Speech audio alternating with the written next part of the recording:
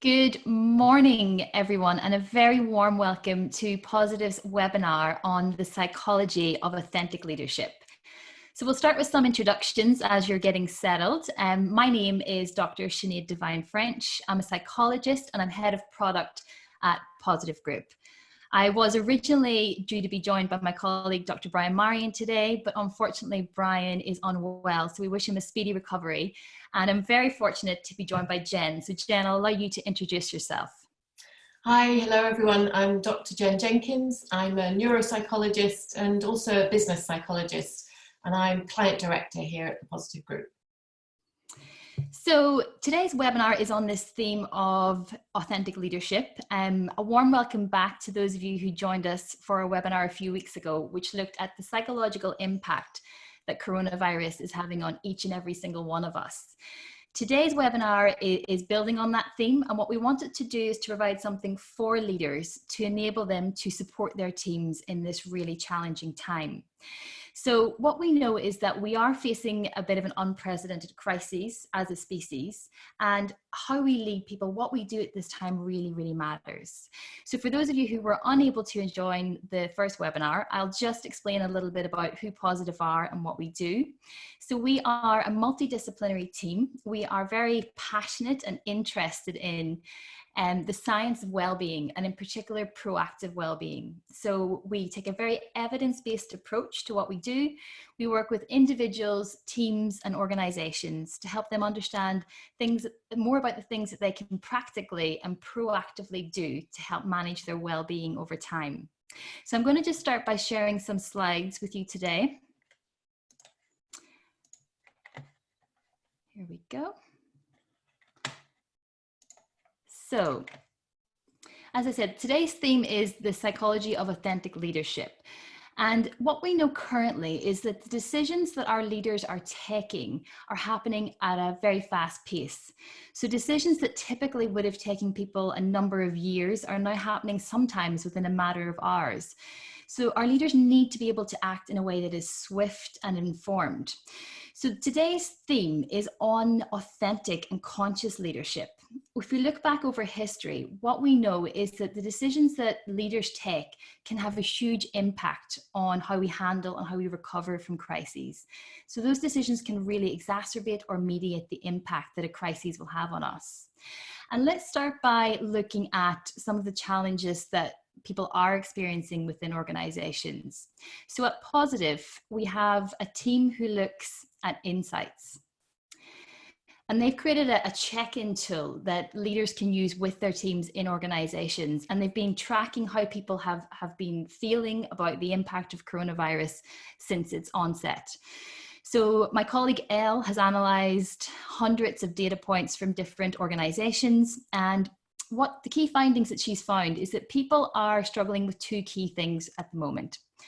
So workers are struggling with the level of distraction that they're currently experiencing. So on average, people are saying that 2 to 3 days per week, they're finding it really difficult to concentrate because of their home setting and the other things that they have going on.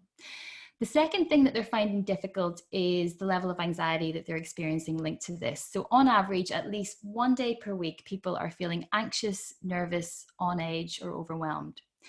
So before we delve into the theme of leadership today, I think those are two things that's really important for leaders to be cognizant of and to think about how they manage and how they support these things within their team.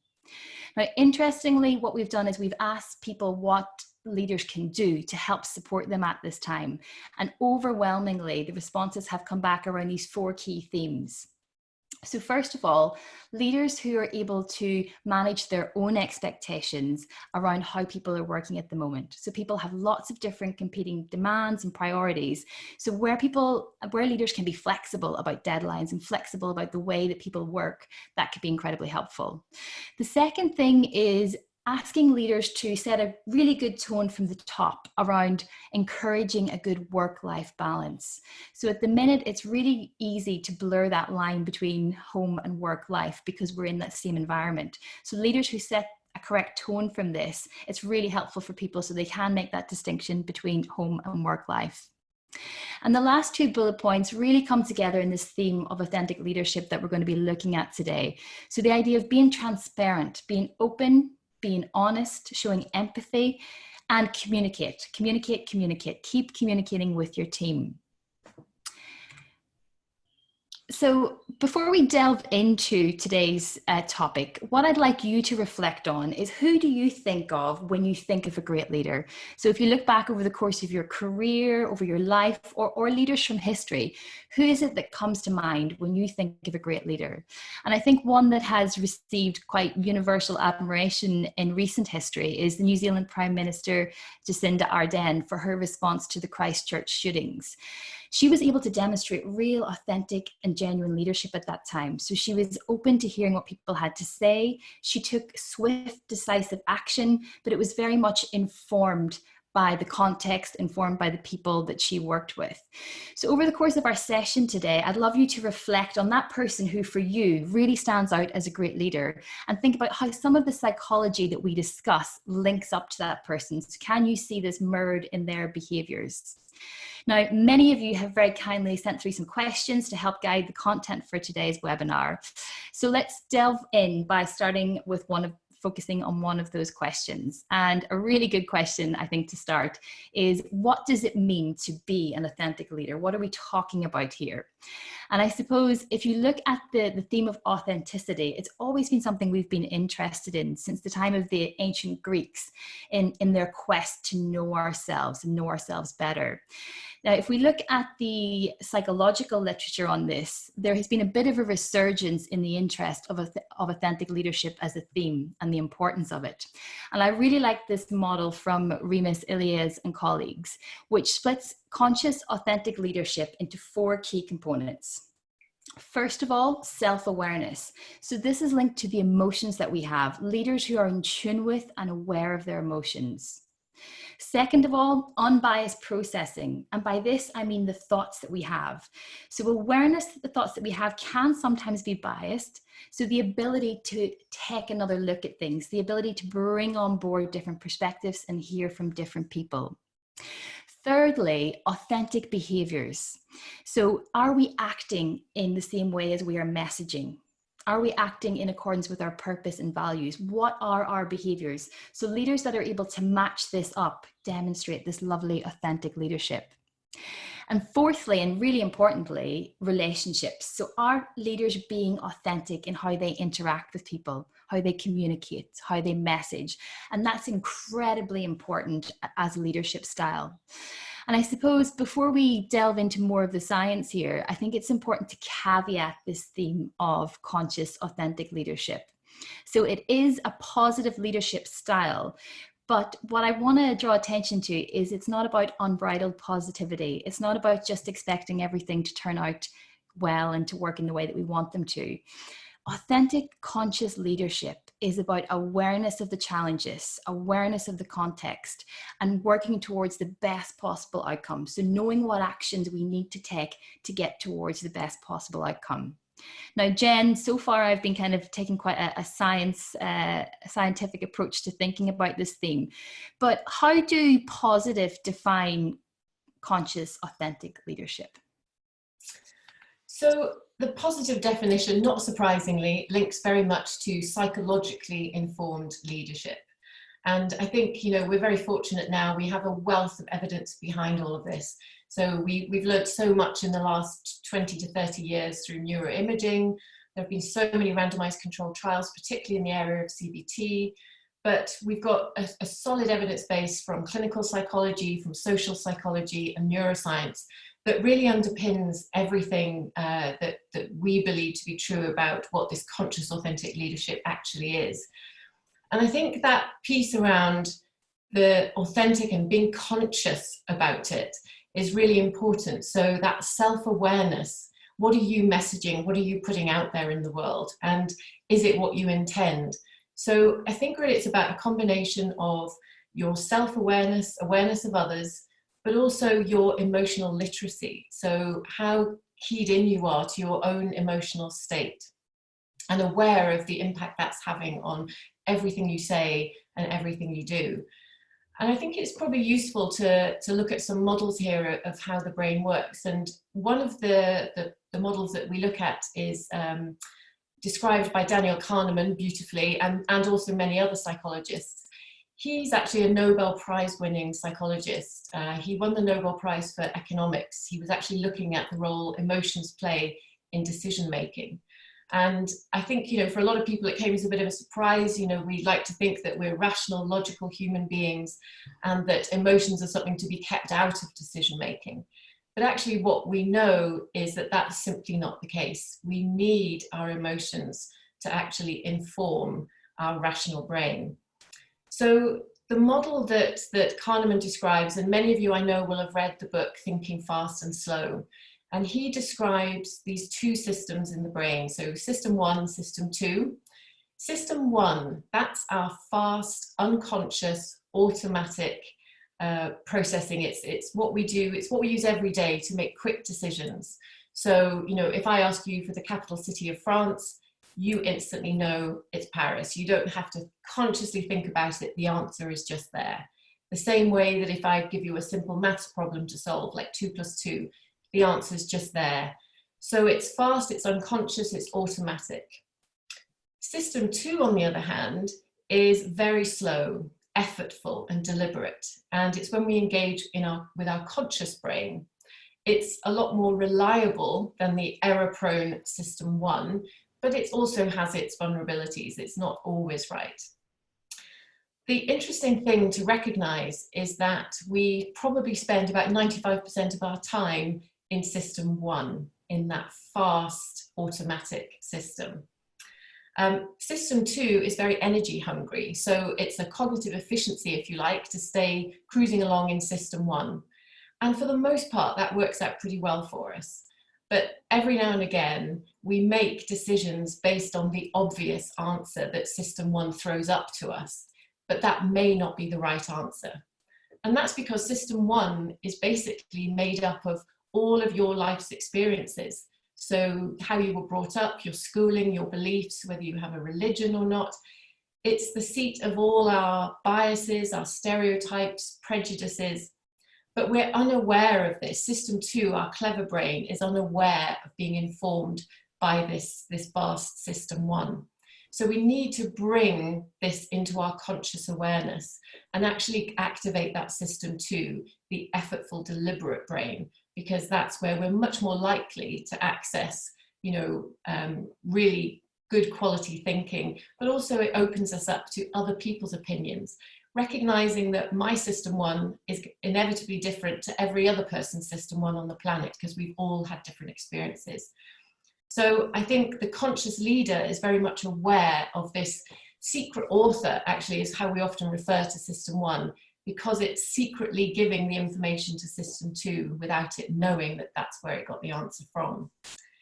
So the conscious leader is going to be aware of that tendency to be in that easy system 1, but we also need to build something called emotional literacy. So just as you can see in this slide, emotions play such an important part. Emotions drive how you think, how you feel, and how you behave. So if you're unaware of your emotional state, you will be thinking in a way that matches the mood, you'll be behaving in a way that matches the mood, and that'll feel absolutely right. But it may not actually be the most appropriate path, or may not lead you to get the outcome that you actually want. So our emotions are critical. I don't know if any of you have read Antonio Damasio's book. He wrote an excellent book called Descartes' Error, and it goes back to the error from the ancient Greeks of separating mind and body. And what he showed beautifully through lots of clinical observations, he was a neurologist. He famously described a patient called Elliot, who suffered some brain injury to his frontal lobes, which has connections to your emotional system. Now, whilst his IQ was completely intact, his life basically fell apart. He was unable to make even the most basic of decisions. So whilst we might like to think of ourselves as being rational, logical human beings, we are absolutely influenced by our emotional state. So what do we want to do? I think in terms of the authenticity, is to really think about integrating system 1 and system 2. So creating something that we often refer to as the wise mind. So we want that system 2 to be active, to be in control, but to be informed by your gut, by your emotional system one. And I think if we can do that, if we can see the challenges we face with fresh eyes, try not to bring any of that baggage that sits around in system one, then we have a much better chance of leading with authenticity. So, Sinead, could you maybe say a few words on how a leader's own psychological well-being is relevant to how they lead?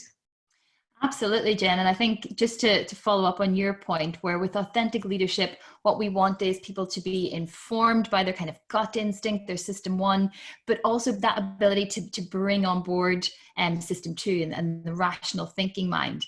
And it all starts really with leaders being aware of themselves. And at Positive, when we think about psychological well-being and how we feel on any given day, we think it's really helpful to think about our psychological health as sitting on a continuum. So rather than well or unwell, it's this fluid continuum. So at one end of the continuum, you have unwell. And at the other end of the continuum is where you're flourishing, you're tip top, you're feeling at your very best. And importantly, movement along this continuum is normal. It's a normal, healthy part of everyday life. Lots of things, challenges, circumstances will influence where we sit on this continuum. The key thing with the aware leader is tuning into where you sit on this continuum. Because what we know is that where you sit will dictate how you think, feel, and behave. It will have a huge impact on your levels of motivation, your ability to think creatively, your ability to engage with others. And actually, that emotional mind that Jen just touched on, your emotions, are a really potent driver of your ability to hear from other people, your ability to interact and relate to other people. So to be a conscious and authentic leader, the first thing really is to tune into yourself and know how you're feeling, how you're thinking, how you're behaving at any given time. What we know is that we push into the world how we are feeling, and people all the time, but especially during times of crisis, do look to their leaders to understand how they should think, how they should feel, and how they should behave. So as we move through this coronavirus challenge, it's so important to take time to reflect yourself on how you're thinking about things and how you're feeling. And I think a really key thing to tune into is that this is very dynamic, and actually the pace at which things are shifting and the challenges which are coming our way are adapting and evolving in much the same way as the virus is. So really starting with that self-first approach, how am I thinking, feeling, behaving? How am I messaging to other people? And do I need to take action? Do I need to do things differently? Do I need to hear someone else's ideas to help shift this in a way that's helpful to me and helpful to my team? So Jen, I think we've started by thinking about this as a bit of a key leadership skill. So knowing how where you sit here will affect your ability to understand other people, relate to other people. And the next thing I'd like to move us towards is thinking about the team that we lead. So from looking at the science, the literature, the evidence base here, there's a lot that we now know about what happens in good teams. So can you tell us a little bit more about what happens in good teams? Yeah, sure. And I think, I'd actually like to bring up a slide if that's okay. I'd like to, before I do that, or as a sort of segue into that, really think about how we regulate our emotions, because as we've described, emotions are driving everything, and we need to recognize that. But what are the systems that we have to regulate our emotions? And this feeds directly into then how you build that positive team dynamic. So some of the systems that we have, and you'll be very familiar with some of these, I would guess, but we're all very, very familiar with the fight or flight response. So we have a powerful threat circuit in our brains. And actually we have 3 times more of our emotional brains devoted to noticing the bad stuff than we do to noticing the good. And as such, we need to make this conscious effort to mitigate the impact of that threat circuit.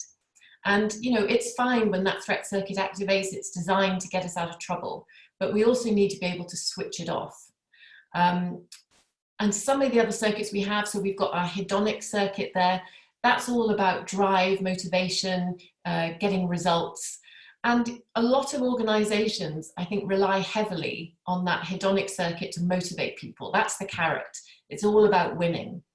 And then some people perhaps rely a little bit too much on the stick, so activating the threat circuit, so we cannot lose, we mustn't fail. What we actually know in terms of what makes a sustainable, high-performing team is when we activate this central area here, which we've referred to as the eudaimonic space. This is actually also related to your rest and digest circuits. So this is what's on when we feel safe, when we feel connected. Now, the amazing thing that happens here is that when you as a leader are able to create this environment of eudaimonia, what that usually looks like is working together on shared goals. It's about collaboration, affiliation, connection, and particularly about working on something that has purpose and meaning. Now, all of those things generate trust, which is, absolutely one of the key sort of currencies of performance. But also neurochemically, a lot of things happen. So we push up oxytocin, endorphin, serotonin, the things that actually make us feel good and enable our system to work as effectively as possible. So anything you can do right now as a leader that's going to build this, and I know we have the added challenge of being physically separated from one another now, but these are all things that are possible to achieve working remotely, collaborating in a virtual environment as well. So I'd encourage you to think about that kind of the neurochemistry, if you like, of good leadership. We need to be able to switch off that threat circuit to help people focus on clear and purposeful and meaningful goals and work with others to achieve that. I think one of the things that positive that we keep sort of revealing when we work with our clients and we carry out extensive analysis on their own data. We've just recently finished a piece of analysis on looking at a global firm. We've got almost 100,000 data points in this analysis, so it's huge. It's looking at their employee engagement surveys, it's looking at pulse surveys, exit interviews, all sorts of sources of data. And consistently, what comes up time and time again is that in order for people and teams to perform at their best, those individuals in their team need to feel that their manager values and respects their contribution, that their manager is interested in them as a person, that they actually feel cared for, and they're interested in their career progression. So there's a degree of mentorship as well around wanting that person to succeed. But also they appreciate having honest and open conversations. So that really is about taking an interest in that person. Now, when those ingredients are there, then what we see is profitability goes up, productivity goes up, there's an increase in billable hours. And interestingly, what we saw in this particular firm was that the people who were really performing optimally, they did actually work longer hours, but they reported far less stress, less time off, and greater engagement with the organization. Whereas people who didn't have those things in place were the ones who took a lot of time off unwell, were less able to contribute. So we know that teams who feel supported are healthier, less stressed, and report higher levels of trust. And there's the old proverb, isn't there, that trust arrives on foot but leaves on horseback. Trust is hard to win, but it's easy to lose, and that's the authenticity piece. That's why it has to be about genuine connection and relationships that you have with your team. Sinead, would you add anything to that? Yeah, I completely agree with all of those points, Jen. I think there's two other bits that I would add to this, and this is the theme of collective intelligence, and also how we interact with each other. And what we know is that both of these two things are really important to get right. What we know is that the individual will only get us so far. So the most intelligent individual within our team can only get us so far. If we can harness the group intelligence and get people to talk and collaborate and connect with each other, it elevates our performance, our productivity, and our output. at the team level to a totally different level. Because what we know is that ideas flow from person to person, and we can build on that successive progression and iteration within our groups. So I think the ability to hear everyone's voice, make sure that we are hearing from everyone in our teams, is incredibly important, and that we're fostering the conditions for people to have interactions.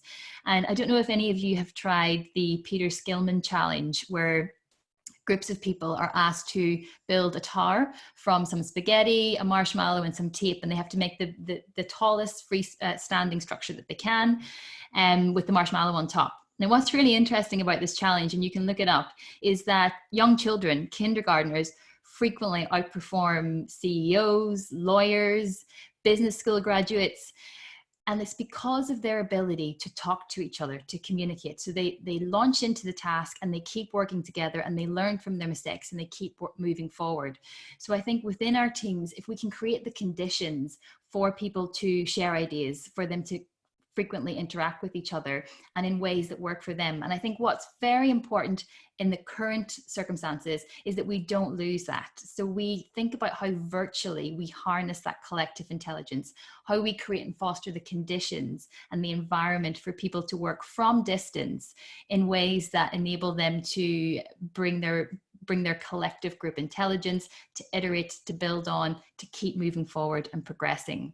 And Jen, I've pulled together, please feel free to jump in and support this, but I've pulled together this final section linked on what leaders can practically do to harness this science. Because yes, we are in uncharted waters, but we know a lot about what works well. We know a lot about the science of authentic leadership. So at the level of the leader, there's 4 key things that we are advocating that you do. The first thing is be conscious. Be conscious about what you're thinking, how you yourself are feeling, and how you're behaving. So what are you messaging to the team? What are the behaviors that you're engaging in? Because what you do does matter. People will look to you at all times, but particularly in times of crises. The second is to be aware. So Jen mentioned system 1, the fact that we all have different experiences, different backstories. We all have a wealth of experiences we can bring and share, but we also have biases in there. We have different emotions running the show. So be aware of that. The third thing is to be other aware. So knowing what other people are feeling, how they might be thinking, and collecting their perspectives on things can be a really nice way of pushing forward authentic leadership. And finally, being authentic, making sure that your action is informed but swift, that the behaviors that you engage in match up with your purpose, that you can message with real clarity, and importantly, that you are open, honest, compassionate, and you have integrity in your interactions with others. And then in terms of how you actually lead others, we've pulled together a few bullet points under our 4 pillars of awareness, focus, mindset, and connection, which sits behind everything that we do at Positive. So awareness, first of all, checking in with everyone to make sure that you understand their reality, hearing everyone's voice. So doing that virtual roundtable so you do understand how everyone's feeling and thinking. Next, focus. So there's nothing more precious than giving someone else your time and attention. So employ active listening when you're engaging with your team. Really hear and seek to understand their realities and communicate with them. Focus your attention on how you communicate that purpose very explicitly. The next thing is about our mindset. So as leaders, can we authentically be open to new ideas? Can we ask for help when we're struggling with iteration? Can we foster an environment in which people want to innovate and want to look at things differently?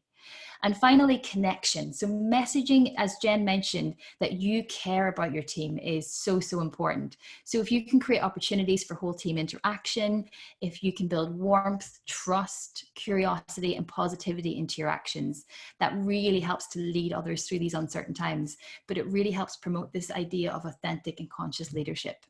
Jen, is there anything you would add to that? I just think in the interest of time, I would just say, know thyself. So take that time to understand how you're using your brain, what you're focusing on. Absolutely. And the other thing that I would just add to wrap up is that this is this has been very much about leadership, but this is very human core psychology that we're touching on here. So some people ask questions about, does it matter if I'm not a member of senior management? Can I still engage in authentic leadership? I would say absolutely. You can employ this in your families, in your peer groups, with your friends, with your colleagues. This is about being genuine, authentic, and solution focused in how you interact with other people, so that we can all support each other to get through this in the best possible way.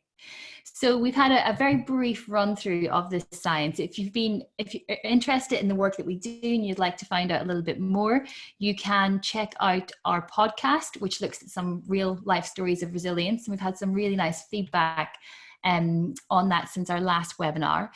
The other thing that I would draw your attention to is that we have produced this check-in tool for organizations. So if you want to check in with how your employees are feeling currently, and I think that's a really important leadership skill, to know how your employees are feeling, so you can take informed action, then please let us know.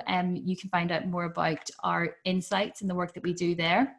And finally, we have put together this online program, a 5-week program, which supports individuals and teams and groups through the coronavirus challenge and helps them understand a little bit more about the psychological impact that this is having, and the things that we can all practically and proactively do to help us get through this in the best possible position. So I would like to just thank you very much for your time and your interest today. We will follow up with some post communications with some links to these resources should you be interested. So thank you very much from me. And Jen, any final words? No, just enjoy the resources available to you, and we hope you find them really useful. Thank you very much. Bye-bye. Thanks. Bye-bye.